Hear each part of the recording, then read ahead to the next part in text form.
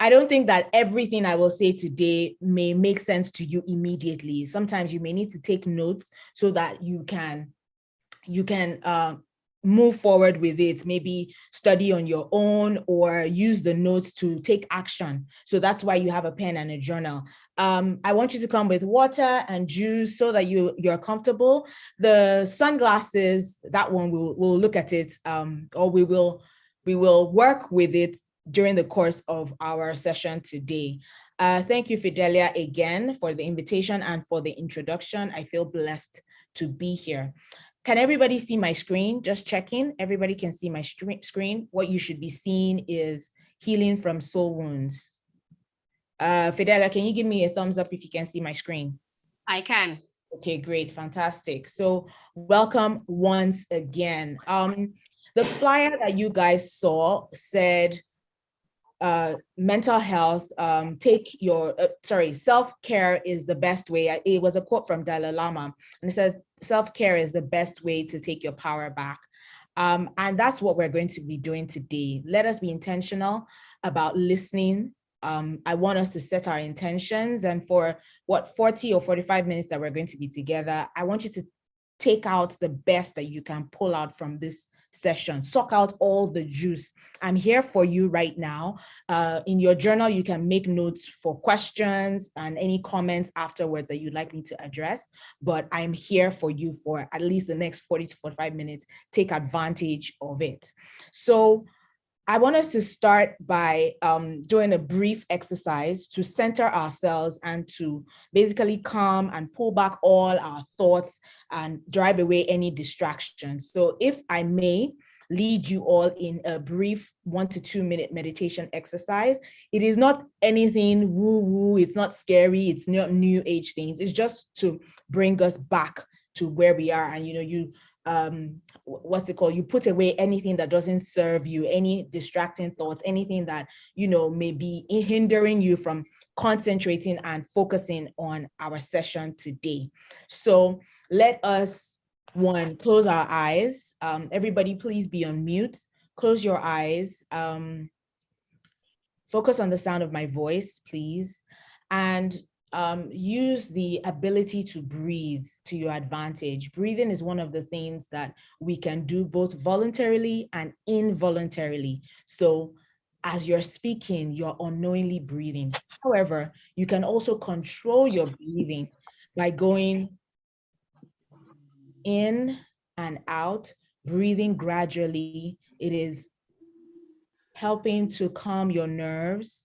It is helping you to focus on the sound of my voice. So I want you to breathe to the count of 3 in, and breathe to the count of 4 out. Breathe in to the count of 3. That is the 1, 2, 3 is in your head, and breathe out to the count of 4, also in your head.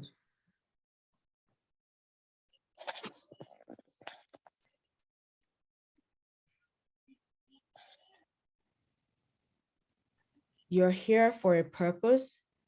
You're here to receive as many tips, practical advice, things that you can take away to improve your mental health.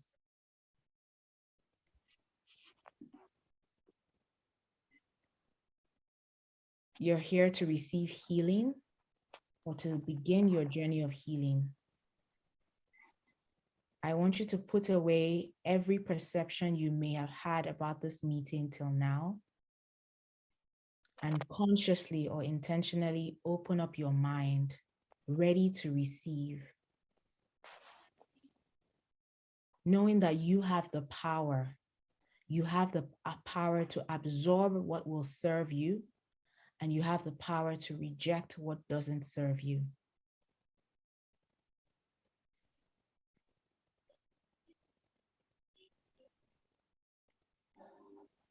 At the end of this session,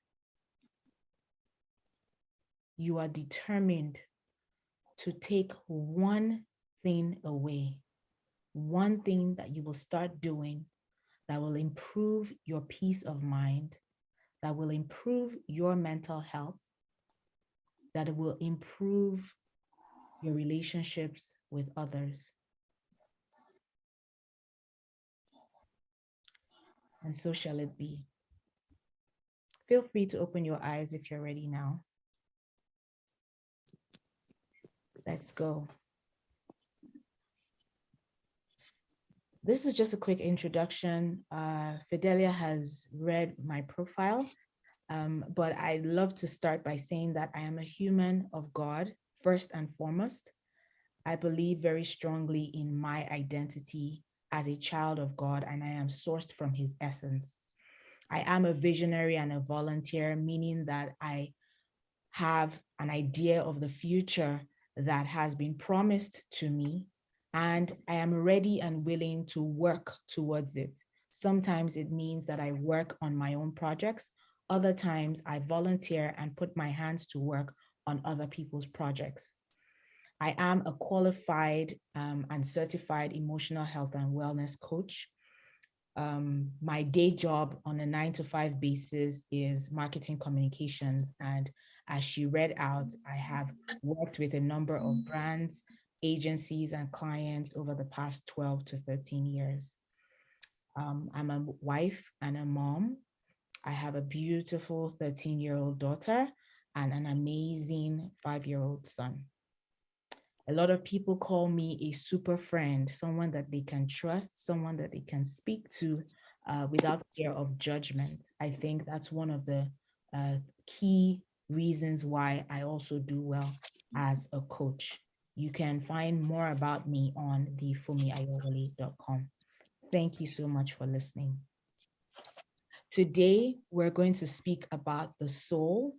We will look through the eyes of a journalist into the 4 W's and H of soul wounds. We're going to begin to build blocks towards healing. We will learn a few lessons, and we will know that our journey in this whole this whole healing journey is a work in progress. So it's integrated and it doesn't come bam, just like that. But as long as you take the first step, you are on the right path. So some of us may know, and for other people, this may be a new thing, but you are a spirit who has a soul and you live in a body.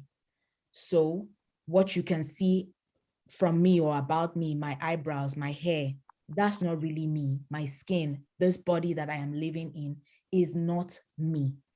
The me inside me is a soul, is a spirit that has a soul.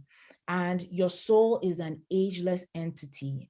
It's an ancient term. That is, the soul itself is an ancient term that refers to the immaterial part of a human being, that part of you that does not die.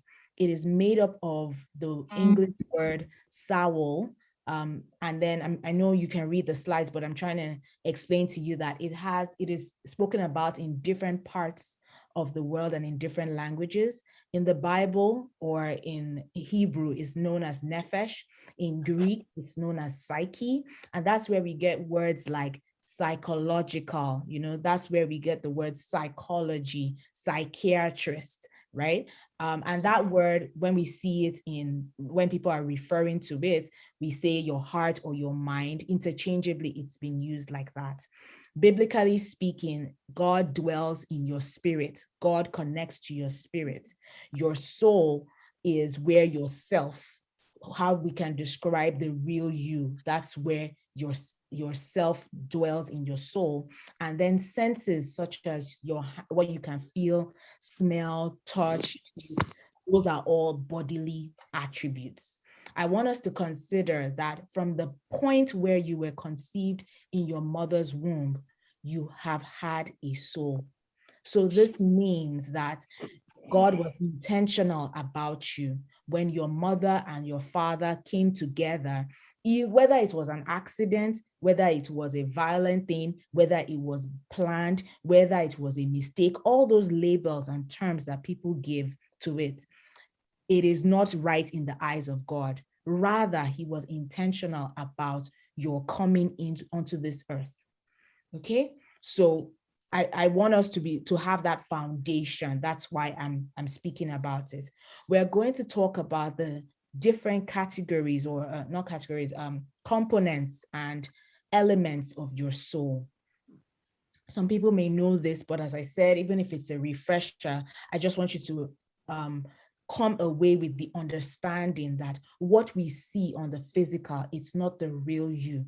While we are happy to describe people, we're happy to see people from the surface, we're happy to appreciate beauty and excellence, that is not the real you. Even the most beautiful girl or woman or man in the world, that is really not that person. It's what is on their inside that makes up the real person. And so your soul is made up of your mind or your consciousness, what you are thinking right now. So as an example, as I'm speaking, you may be thinking about the soup you have on the fire, but that is one of the reasons why we did that pre-meditation exercise to pull you to this second. If I may ask that everyone, as much as possible, can please mute so that the noise, okay, I'm gonna just look around to see if there's anybody that is unmuted. Okay, great. So what was I saying? I was talking about your mind is made up of your thoughts. You could be thinking about what I am saying right now. You could also be thinking about something else completely, but those are thoughts, and your mind is divided into your conscious and subconscious mind. We don't have as much time to go through every single detail. But then next you have your will. So if you look at a child or a baby, and you say that this child is stubborn, what you're really trying to say is that the child is strong-willed, meaning, oh, whenever they make up their minds to do something, they get to it and they get it done. They do it. Another way you can describe somebody that has a strong will, apart from stubborn, which has a little bit of a negative connotation, is maybe you say the person is a go-getter, meaning they decide to do something and they will not stop until they do it. You can actually strengthen your will, which is your seat of decision making. And that is by consciously developing the health of your soul. We'll talk about it as we go along. You also have your heart, which is a part of your soul. So some of these things, they may have been described, maybe you see it by other people, psychologists, coaches, but I have also found that your heart is where I believe your deepest self sits. When you're describing the person's personality, maybe as an example, my children are totally different. My 13-year-old is very calm. She has quiet strength. She's somebody that is very strong-willed, but she is like, she doesn't shout. She doesn't, she's sort of like what you would maybe call reserved. But then my 5-year-old, that's one. Every emotion, you will see it on his face. He has a way of expressing himself. They are two different people, but they have unique souls in themselves. And so if I want to describe them, I would describe them totally differently. We also have our emotions. Our emotions are like sensors of our soul. So when you are experiencing happiness, sadness, frustration, anger, bitterness, all those feelings are like sensors. You know how, let's say you are reversing the car. For those of us that drive, you're reversing the car and you're hearing beep, beep, beep. It's almost as if the reason why you're hearing beep, beep, beep is because maybe there's somebody behind you or there's a car that you may dangerously hit. Your emotions are like those sensors of your soul. They are indicating to you that there's something deeper you need to check out, right? They can also be described as energy in motion. So whether that energy is physical, as negative, or positive, your emotions are energy in motion. Then we have the imagination. That is when you're able to sit down and think far. You're able to say what will happen in 10 years, or you decide, okay, tomorrow it's going to rain. What am I going to do about it? Maybe I will carry my umbrella, or I will dress a particular way, right? Or I will not go anywhere at all. That person or that part of you that can think far into the future and make plans and imagine and add some color, and add some spice to your future is your imagination. Then we have finally your tinted memory. The reason why it's not just a memory is because your soul has a unique way of attaching emotions to memory files. So whenever, if maybe, for example, I say Vaseline, if I say the word Vaseline, the tinted memory that is what comes up to you immediately I say Vaseline will be tinted with an emotion. So if maybe Vaseline for you means babies, right? And babies for you actually means stress. So when I say Vaseline, as you're thinking about the word Vaseline, you will be exhibiting or emitting stressful hormones because the word Vaseline is associated with something that is stressful to you or negative to you. If I say Vaseline and maybe it connotes what's it called, a well moisturized skin, as an example, Vaseline means a well moisturized skin for you, and that is a positive thing. When I say the word Vaseline, you will not start jittering. You will unconsciously, you will not have any negative signals or negative emotions that come up as sensors for you. So the point is that our memories are already tinted because emotions are always associated to things that happen in our past. And that's just the way it is. If you think of a song, you can either start laughing or dancing, or even just quietly in your heart have a sense of joy. That same song can mean or connote a bad memory, bring up a bad memory for someone, maybe somebody that has been heartbroken, or that song reminds them of when they were cheated on, something like that, right? So we all have our mind, will, heart, imagination, emotions, and tinted memory within our souls. Think about it. I am a multifaceted person. There are many parts of my one luminous soul. Okay, are we following? Are we, have I lost anybody? You please feel free to raise your hand if you feel that I have lost you. Now, when Fidelia sent me this email and this invitation, we had several conversations, and she told me that, of course, without naming any names, she said that a number of us, as is expected, a number of us within the community, we would have experienced job loss of family members, depression, suicidal tendencies, financial difficulties, struggles with being out of touch with themselves and family members, as well as some family separations and divorce. And this is expected because life happens. Not only does life happen, we are all humans, and the world in itself is tainted with human error, human fallibility. What's the word? Did I get it right? Yes, the point is we are all humans and no one is infallible. Infallible, but you guys know what I mean. Nobody is perfect. And so there are different things that are the sources of soul wounds. What she described to me, all those things I spoke out to you, are sources of soul wounds. So let's talk about it. What is a soul wound? Okay, everybody can still see my screen. What is a soul wound? It's any injury that has been, that you have experienced that may be caused by a cut, a blow, or any other impact. And it's on the surface, first of all, of your soul, which is your mind. It's the first surface that we see, your mind. And I say it's a cut, an impact of a cut, a blow, or any other impact, because you think about soul wounds the same way you think about physical wounds, right? So let's use the example of a job loss. If it was instantaneous, meaning it was unexpected, they just came to you one day and you were not allowed into the office, or one morning you came into the office and next thing they said that you were fired. That's like a cut because it's sudden, it's unexpected, it's like it's a gash, right? Think about it.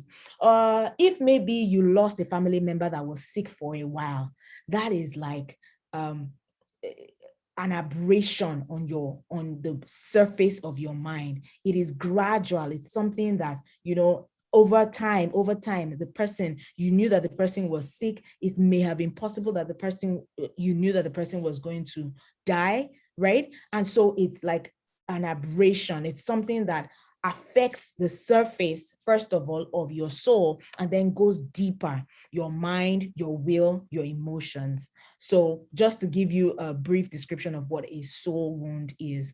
And so also, Hello, sorry, sorry to disturb yes, you. Is there a way for you to maximize your screen so that we could see what is written? Oh, I can try that. Yes, sorry about that.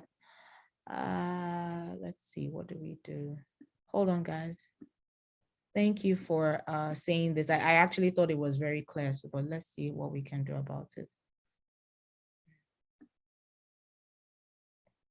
Is this better? It should be.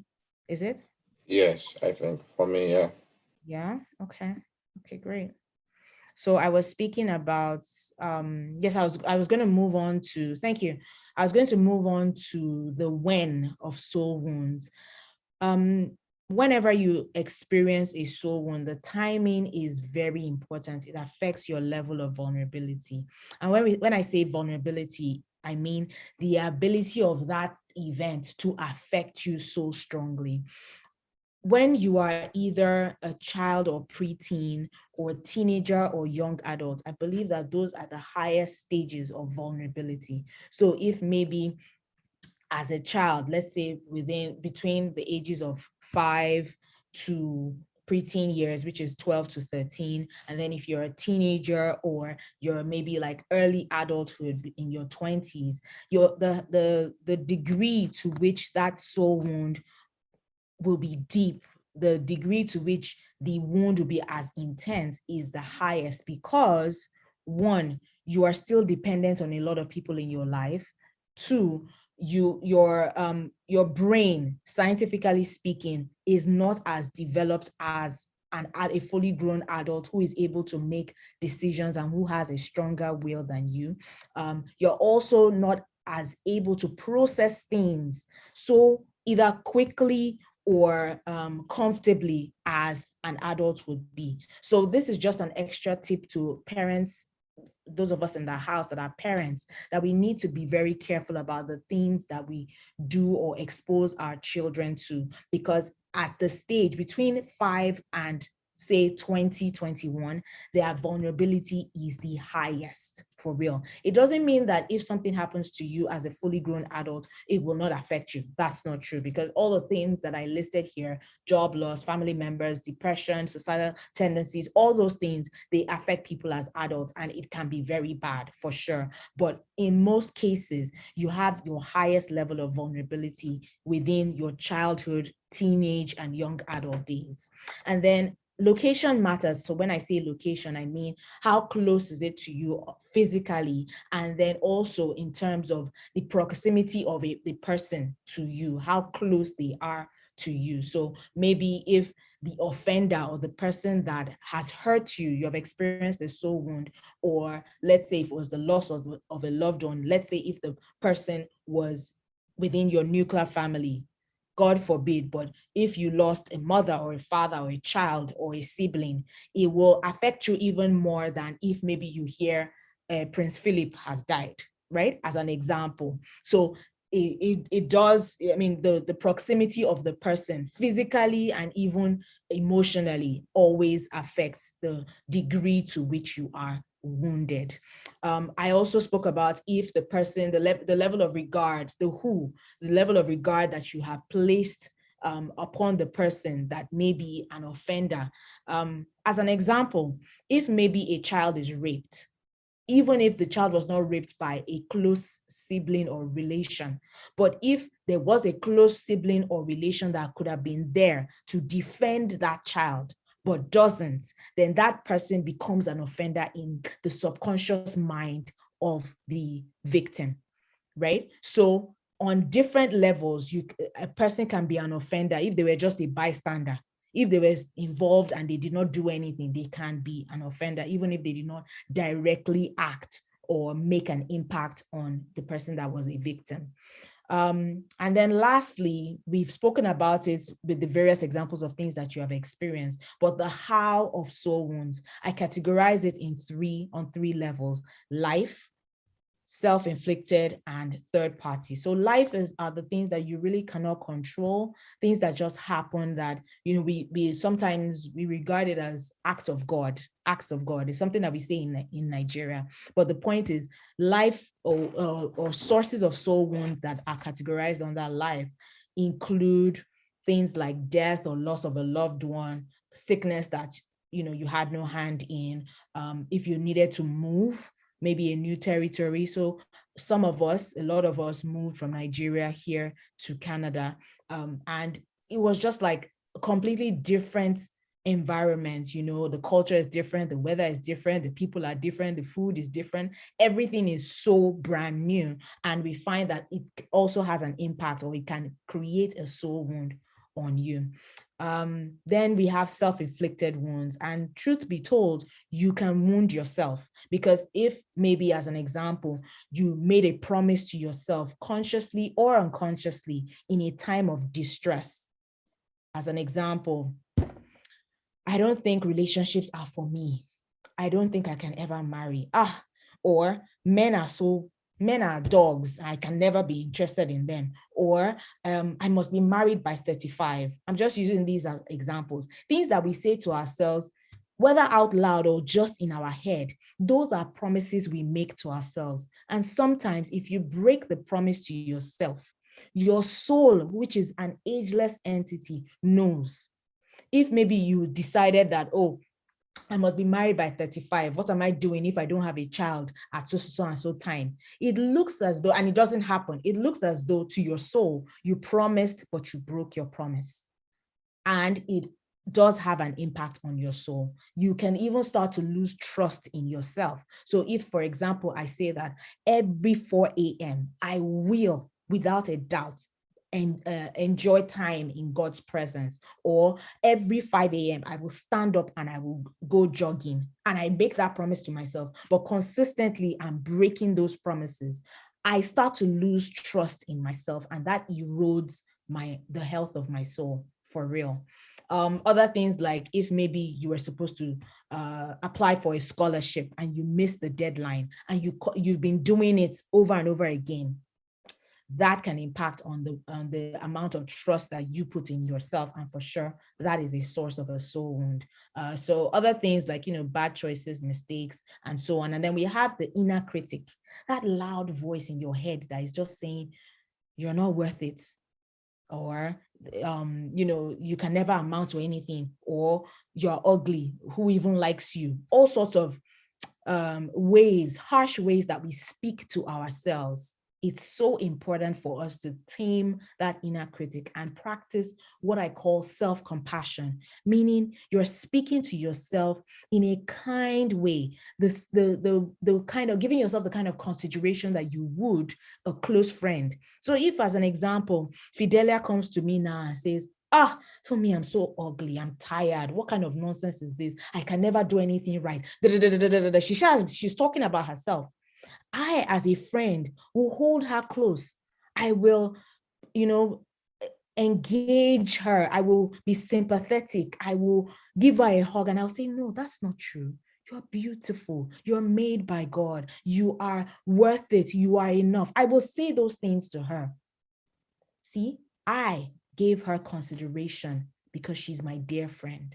It's the same way we need to do the same for ourselves. Speak to yourself as kindly, as nicely, as considerately as you would speak to a dear friend. Not every time judging and correcting yourself. I mean, sometimes the inner critic, I'm dwelling on this, but I think it's for somebody. Sometimes the inner critic says things to help to motivate you. Like, as an example, I say, no, I need to be disciplined. I need to follow through. I've made this. I must, keep going. Sometimes the inner critic may say that to me.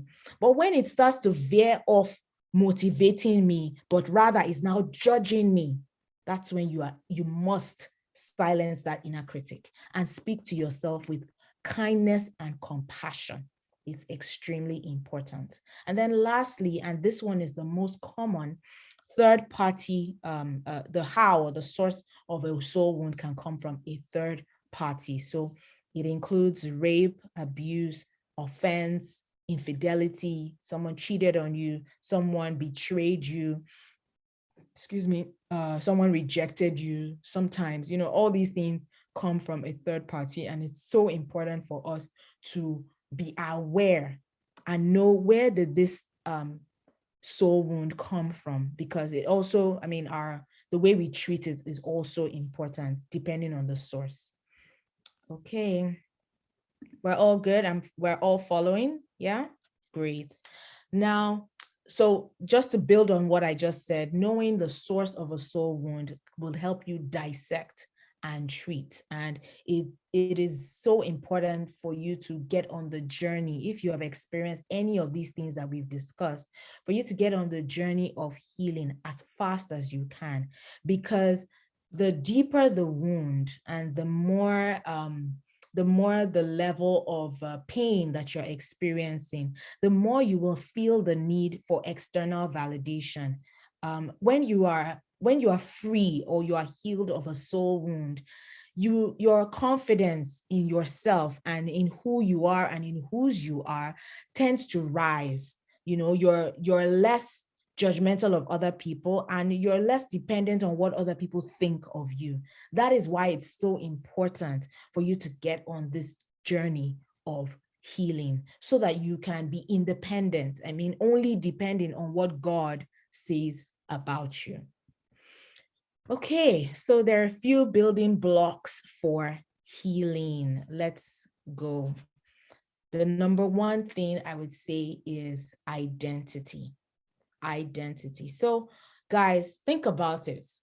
When a baby is born, a newborn baby is born, how would you describe the baby? Let me pick on Judy, for example. Judy, if you can unmute, please talk to me about whenever, maybe if you have experienced the birth, maybe you gave birth, or maybe someone in your family has given birth to a newborn baby. What are the emotions that you feel? Judy, you're there? Great. Please unmute. Yeah. Talk to us. Can anybody hear Judy? No. Okay. Maybe for some reason that her volume is down. Olusegun, please, can you talk to me? When there's a newborn baby, what emotions do you feel? Whether in your family, someone close to you, how do you feel? Well, I mean, the birth of a new baby is always, a very good news. I both here and back home, it's something the entire family would celebrate. And personally, if someone close to me, someone close to me gives birth to a new baby, I am always very happy, and the emotions runs in diverse ways, because you look at, for instance, what the lady has gone through for the past 9 months. The other time you can look at it from the perspective of the husband, maybe the first child, and you look at it and say, oh, wow, this family, God has blessed them with a baby. Now the man is seeing himself as, okay, I'm a father, and he's happy. And on the other side, if it's from a family that has been waiting for a while, and all of a sudden they now, give birth to this beautiful gift, then it's a different emotion entirely, because it will be like, wow, finally it came. And sometimes it's so real that you cannot even explain, how the feeling is. So I think but overall, it's something that is very, very beautiful to behold. Perfect. Thank you so much. I really appreciate your contribution, and you expanded the feeling. Thank you so much. Now, think about it, guys. A baby has just been born. joy, elation, happiness, relief, you're celebrating. At that point, do you start thinking about the baby as an electrician, a doctor, a mother, a lawyer, an artist? No, you just think about a new life. You think about the new baby and the potential that the baby can become, but you don't label the baby. I believe that this is correct. The person holding the newborn baby in their arms they're not trying to say, okay, this baby is going to come first in class. The baby will have a master's in theology and so on and so forth. No, you are experiencing and absorbing the joy of a baby, a new life that has come into this world. This is the same way our Father, our Heavenly Father, thinks about us. Yes, he has plans for us. He would love for us to do so and so and so. But first, we are the Father's child. I want us to think about our identity in this exact way. We are not doctors or lawyers or dentists in the eyes of God. You are first his child. It doesn't matter what the world calls you. It doesn't matter what you have achieved or not achieved. There's a part of a song that I just discovered 2 weeks ago. This song says, I wasn't holding you up, so I can never let you down. And that song is talking about God, that we were never holding God up. So there's nothing you can do to let God down. There is no achievement, there's no award, there's no prize, there's no accolade, there's no amount of money. There's not even any amount of money you can give to charity that will make God love you more than he loves you already right now. That is the truth, the 100% truth. Your identity has to be strong in God, the God that made you. And this is not even religious based, whether you're a Muslim or you're a Christian, as long as you believe in the fact that we are sourced from a creator.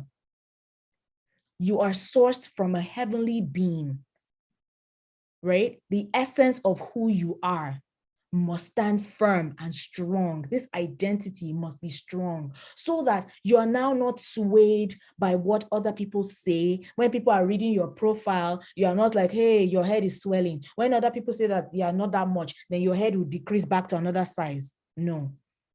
Stand strong in the person, the who you know that you are, which is the child of God. The second thing I'm going to speak about is expectations. Now, I was speaking to a group of ladies, maybe about 6 weeks or something ago, and the person was asking that, how do you deal with family expectations? Maybe you were supposed to, maybe you are doing a family thing and you're here in Canada and you're supposed to contribute.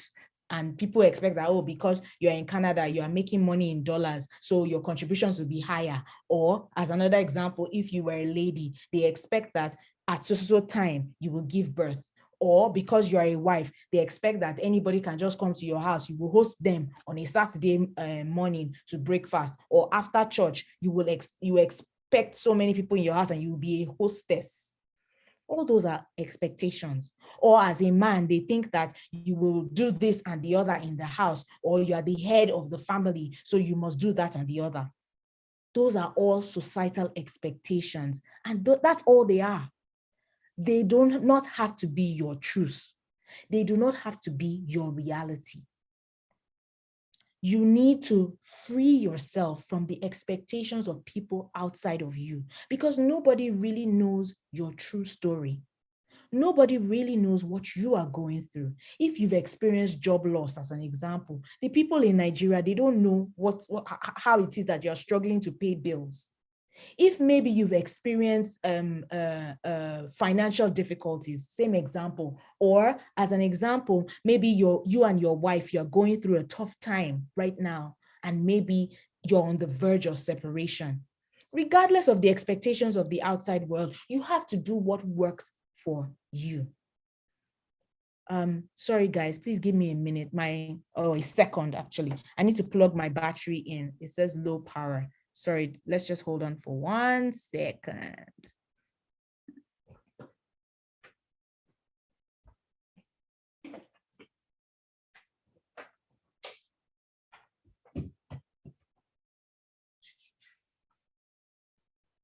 Okay.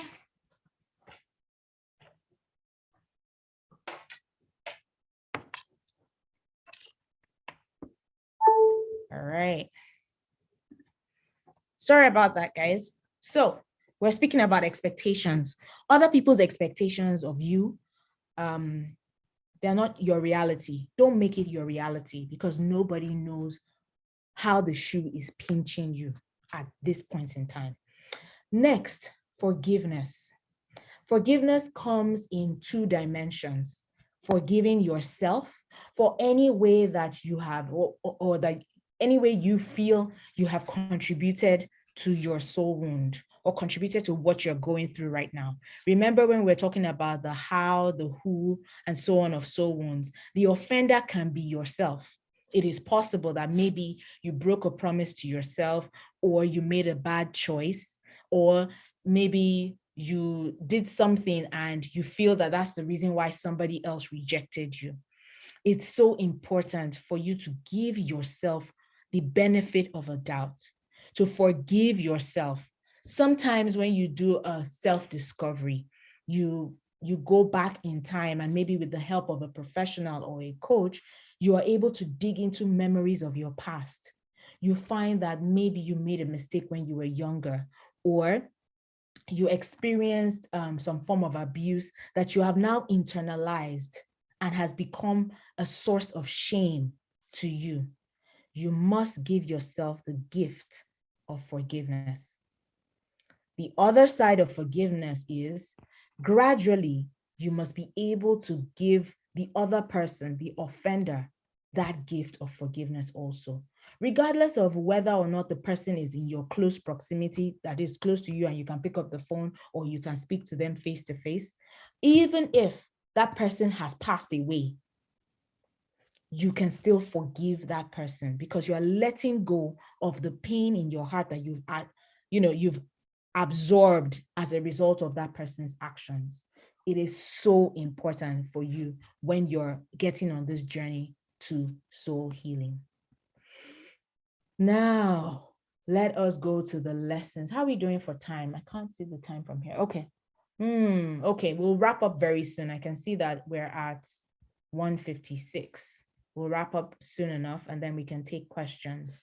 The lessons, the reason why we must learn some lessons is because you don't want to, as much as possible, you do not want to make the mistake again.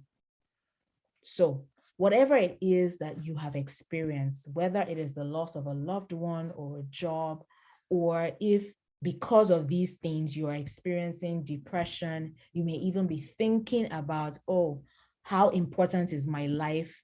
Maybe it's possible, because I'm describing the way people with suicidal tendencies can tend to think.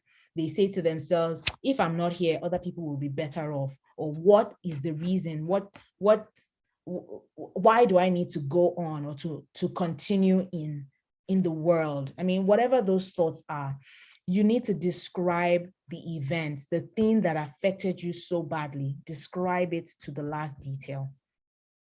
You're thinking about what was the impact? How did it happen? What happened? What did other people say? When I am working privately with clients, whether in a group setting or in a private one-on-one setting, I have them write down and describe the event like investigative journalists. You know how it is when you are describing a crime scene and you'll say, okay, this red bottle was here standing, or we found a piece of the person's shorts, or the journal had so and so kind of writing in it. Whatever it is, whatever the event and anything that happened, you describe it down to the last detail. so that you can see it with fresh eyes, so that you can admit that some of those things happened. Because if you deny it, even to yourself, you're not yet on the journey to healing. You know, they say that self-honesty is the best form of honesty, because you can deceive everybody else. You must not attempt to deceive yourself, right? So you describe it to the very last detail. And then, just like I said a few minutes earlier, you identify who was the offender, whether it's yourself, whether it was just life, it just happened, or whether it was someone else. And you get on that, the practice and doing your best to forgive the person. There's a whole curriculum around it, and I'm very happy if some of you may say to yourself, I need to work on this, I need to go deeper, I need some help in the journey of healing. I'm available to work with you. And then you ask yourself, this wound, what did it mean? What impact did it have on me? Did it affect my self-esteem? Did it affect the way I view others or the way I view life? Did it affect what I believe about myself, what I believe about God? Did it affect how I interact with other people? It's so important for you to identify the implications of that wound on yourself. And then you ask yourself, what does love now mean to you? And the reason why I picked love is because in our relationships, whatever those relationships are, whether it is even the relationship with a colleague, or it's a relationship with just a friend, or marriage, or romantic relationships, the way we interact with other people is as a result of how we see love, or how we define and experience love. It's so important for us to know, what will I accept? What do I think love is? When love stares me in the face, will I know it? Will I recognize it? How do I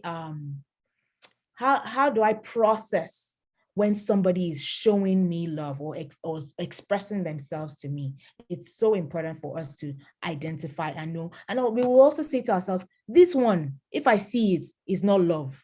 So as an example, if maybe a person has been abused physically or verbally, and the person is getting on that journey to healing and coming back to their new self, they will think to themselves, okay, if I get into another relationship, if the person that I'm in a relationship with starts to say, I'm only here because I love you, or I'm just doing this to you or for you as a favor, or you're lucky to have me, and so on and so forth, would you, as the person that is on this journey to healing, will you be able to identify and know that this one is an abuse, not love?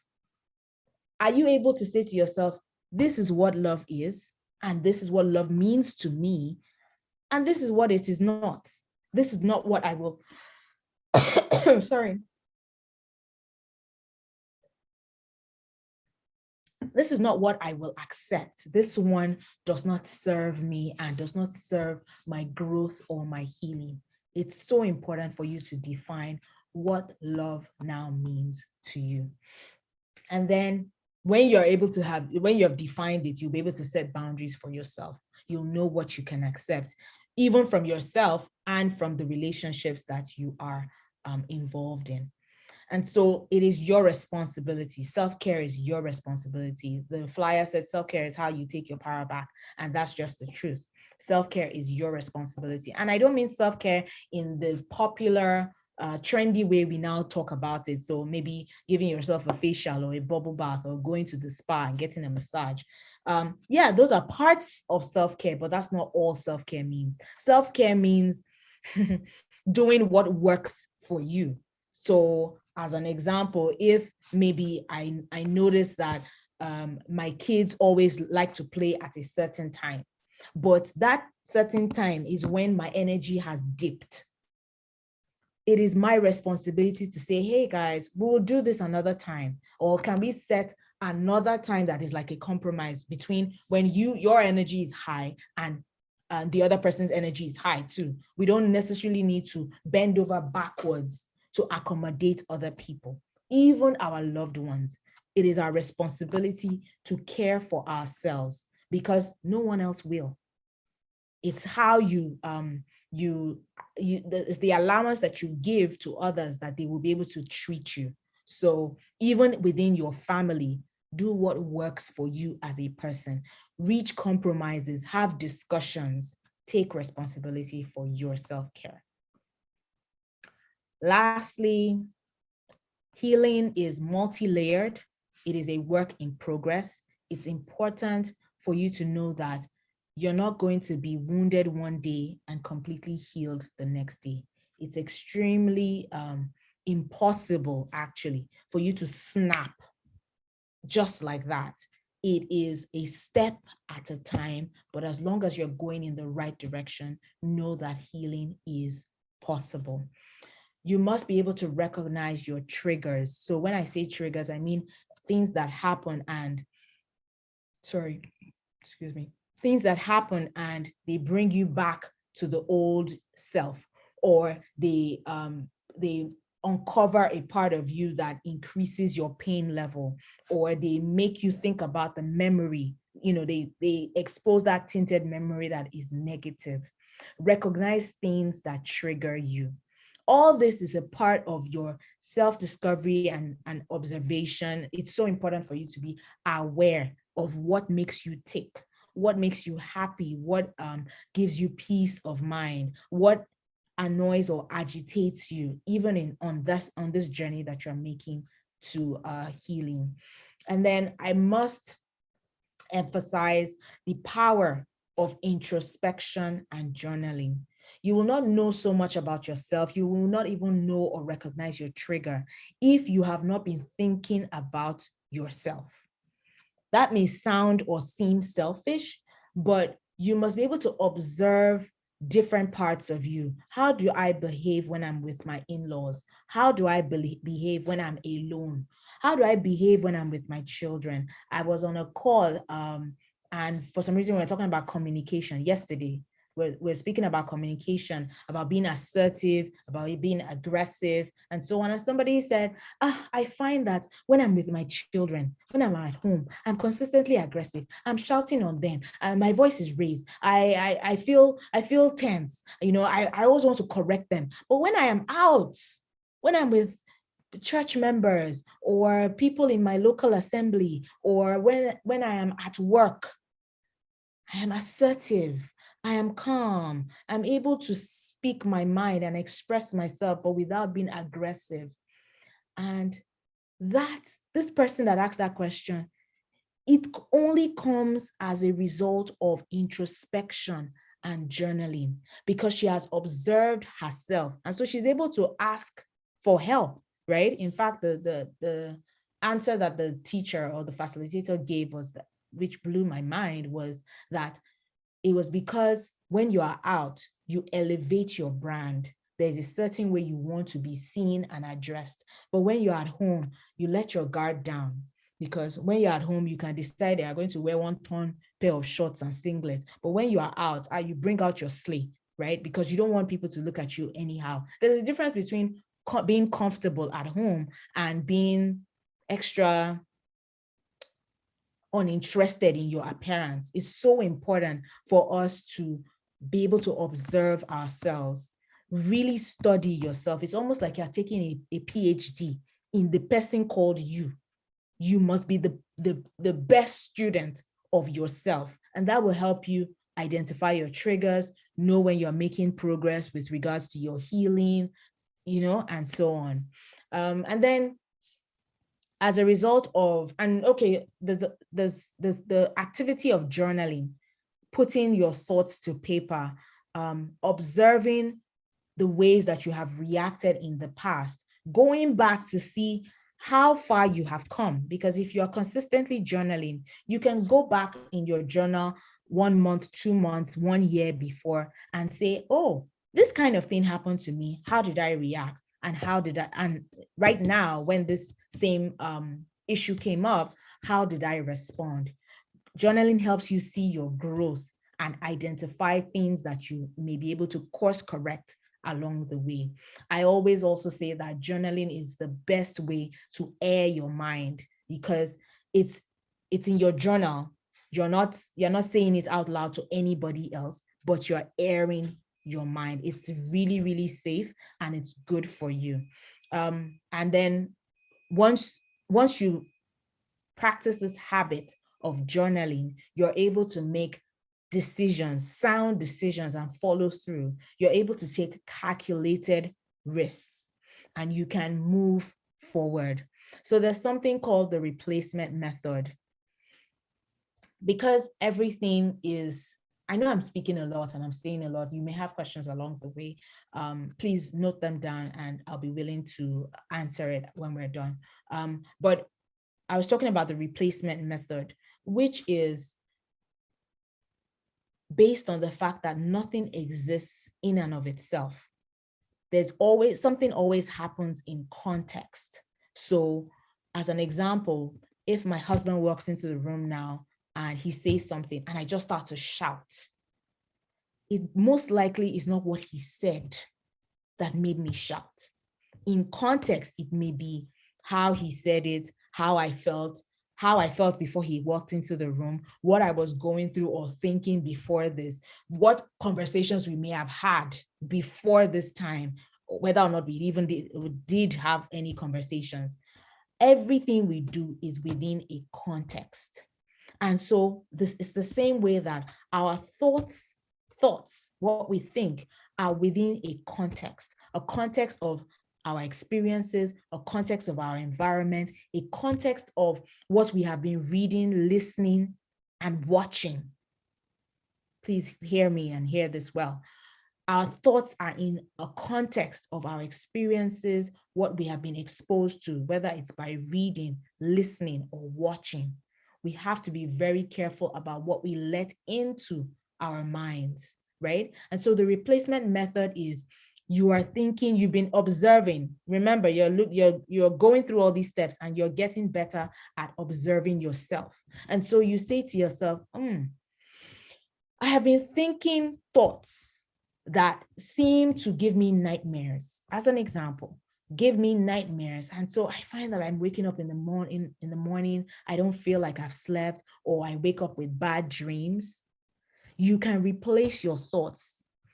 The thoughts that you were thinking earlier on that were triggering fear in you, you can replace them with thoughts of comfort. You can replace them with thoughts of confidence or thoughts of healing. You can do the replacement method, right? And how do you do that? By feeding on the things that you do want to think about. So whatever you're reading, watching, or listening to, we have to be very intentional about these things. And then lastly, you make your private resolutions, the things that you will never accept, the way you will move on, the forgiveness that you will give to yourself or to another person. In fact, let me speak about this. When you are forgiving another person, you don't necessarily need to go and contact the person and say, I forgive you. You hurt me when I was 18 years old and da da da da da, and so I am forgiving you. No. When you are practicing or trying to establish forgiveness and letting go of that pain and letting go of your need for revenge against the offender, you don't necessarily need to approach the person, whether face to face or interact with the person. There is a way that you can speak to the person by writing letters that you never will send, right? To express yourself and let go of that pain. It will help you to forgive. Those are private resolutions. And I mean, we can go on and on, but for the sake of time, I just want to wrap up that God is the one that has created you, and he has created your soul. That true healing that you are seeking is in God, your creator. And you can be helped and guided along the way. You know, you can have coaches and mentors and helpers to hold your hand, but your true soul cleansing is in God. And that brings me to the final part of our talk today. I've been talking a lot. I want you to hold your glasses in your hand. If anybody has their pair of glasses, if you have your sunglasses in your hand, everybody's camera is off, so I can't see you guys. I don't know why you guys don't want to see me, or you don't want me to see you, but it's fine. So hold your pair of glasses in your hand and see how the world is tinted. That is the view that you have with your glasses and without. Look at it with your glasses and without, right? When you're looking through the lens of the glasses, different from when you are without it, your view is tainted. It's the same way that you can have a different perspective to whatever it is that you are going through. You can intentionally put on the glasses, quote unquote, the glasses of hope. You can intentionally put on the glasses of positivity. You can intentionally drop the glasses of despair, of the feeling of hopelessness, the feeling that, oh, I can never do right. No, you can pick up the glasses of positivity, just like I said, or a perspective, because your glasses, what I'm calling glasses, they're like a perspective, a way, an angle through which you can view what you're going through. And you can pick up the glasses that will help you see something in a more positive light, regardless of what it is that you're going through. It's important for us to choose intentionally what glasses through which we will view our situations so that we end up on the other side better people. Thank you all so very much for listening today. And the reminder is that you have a father, your father. He's the one that from which you are sourced, and that's where you get your identity. That is the building block for your healing. Thank you ever so much. So grateful for your attention. Oh, so you guys had been speaking about the screen. Now I'm looking at the comments. I didn't know that you guys were where you had issues with the screen beforehand, but now I think we are all able to see. Nice. Thank you. I'm looking at the comments. Thank you so much. There is one question that was sent to me directly. While I'm expecting every other person's comments or question, if you have, there's a question that someone has sent to me. So I'm going to read it out. And of course, I've been asked, the person has asked that it be kept anonymous. How does one solve the issue of being in a relationship with an overly sexually active person?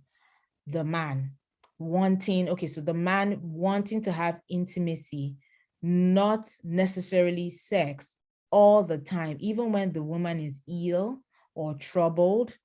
The man only seems to want to satisfy his urge. How does one address this, especially when the act is affecting the woman's confidence and mental health? Please note, not married, but marriage is in a few. Okay. So this relationship is not marriage, but the marriage is going to happen in a few months. Excuse me, and all families are already involved in the planning. The woman is a virgin and the man knows and acknowledges it. Will this continue after marriage, and how does one improve in the relationship and to help both parties, please? Okay, thank you. All right. Thank you all for the really great comments. I appreciate it. Let me see if I can answer this question. Wow. So the lady is a virgin. From what I can see, or what I can assume, the man is not a virgin, but he knows and acknowledges that the lady is a virgin. The man always wants to engage in intimate physical acts not necessarily sex, but the woman may not be interested and they are not yet married. Some of the time, the woman is ill or troubled, but the man is only interested in satisfying his physical urge.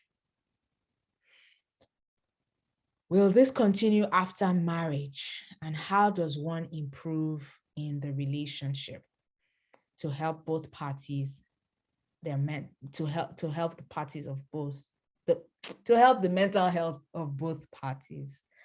Okay. My personal opinion is that yes, it will continue after marriage. In my personal opinion, I think that if the man right now is not able to be considerate, to consider the lady's physical and mental state of mind, if she's ill and he still wants to have sex, or she's not in the mood, or she's troubled. You know, this person used the word troubled. We don't even know what that can be. It could be that she's experiencing some form of sadness or pain, whatever it is. But the man hasn't considered this, but still wants to have sex, knowing she is a virgin. I feel personally, so hey, don't quote me, right? Don't quote me. I dilly-dally into relationship coaching sometimes, but most of the time, the focus I have is on the person, not on the relationship. Anyway, so I think that it will continue after marriage. This lady, you have to think about whether or not you can always make yourself available to your husband when you get married, regardless of whether you are tired or you are ill or you are troubled. You have now seen that he has a very high libido. There's nothing wrong with a high libido. And as far as I'm concerned, married sex in marriage is the sweetest thing on earth. This is me just speaking. But it comes as a result of communication and understanding between both parties. Sex should be consensual. You should not feel like you're being taken advantage of, or you are being bullied or intimidated into giving sex, even in marriage. It's important for the sex to be something that you do willingly and enjoy. Both parties enjoy it. So it's really your decision to make. And also, you may want to communicate this to your fiance, right? Knowing that, okay, this is how I feel. This is what has been happening. I feel maybe intimidated. I feel like it's only what you want. I feel like you only think about yourself and how to satisfy yourself. And can we talk about it? Is there some compromise we can make? You need to communicate, really.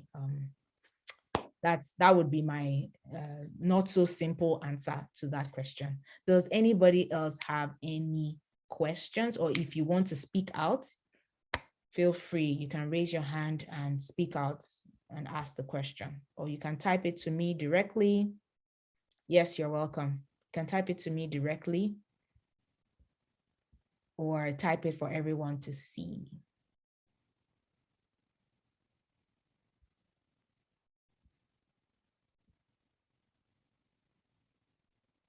I'm looking out for the chat.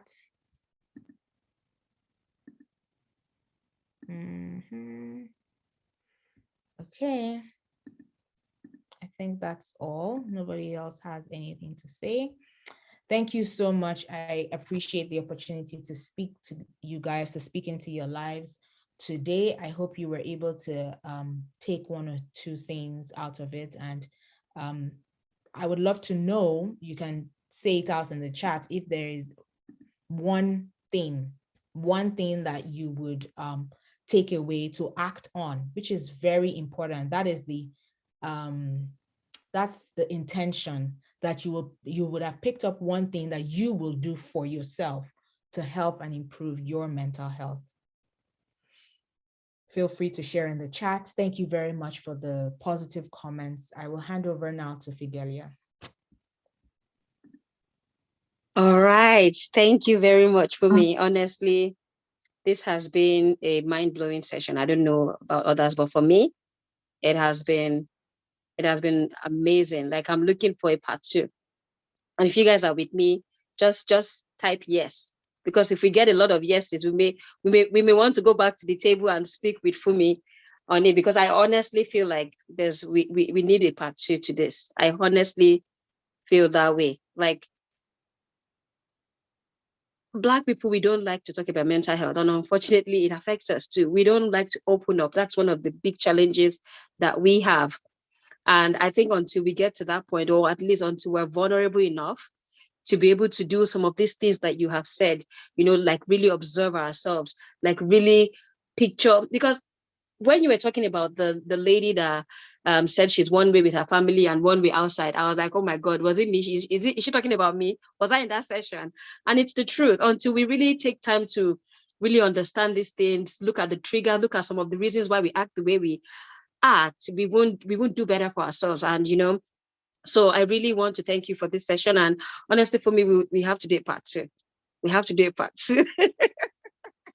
Whatever it takes, I'll come back to you, and we need to sit down and talk about the part 2, because I think we do need it. We do need it. So once again, thank you so much for your time. This is greatly appreciated. And it's so sad that we only have, in total, we had 17 people. It's so sad, because I know that this is something that as a community that we need. But I do know that the 17 of us who made out time to come, I can speak for them, honestly, that we learned something. This is a time well spent. Thank you so much. And this is greatly appreciated. And we hope we get to see you again soon for part 2. So guys, please join me and say thank you to Fumi for this session. You can unmute your mic, or you can just type your thank you message to her, please. But I would like if you unmute your mic and say thank you. Bracketly, you want to say something? Yeah, I just want to appreciate her, because in the chat message, I made some comment that I love the way you bring faith into the perspective. Yes. Talking about the body, the spirit, the souls, it really makes sense. And how we can also relax our mind, whenever we are in any issues. I mean, we just have to take things out of our mind, close our eyes, move away, have a relaxing moment, and just relax.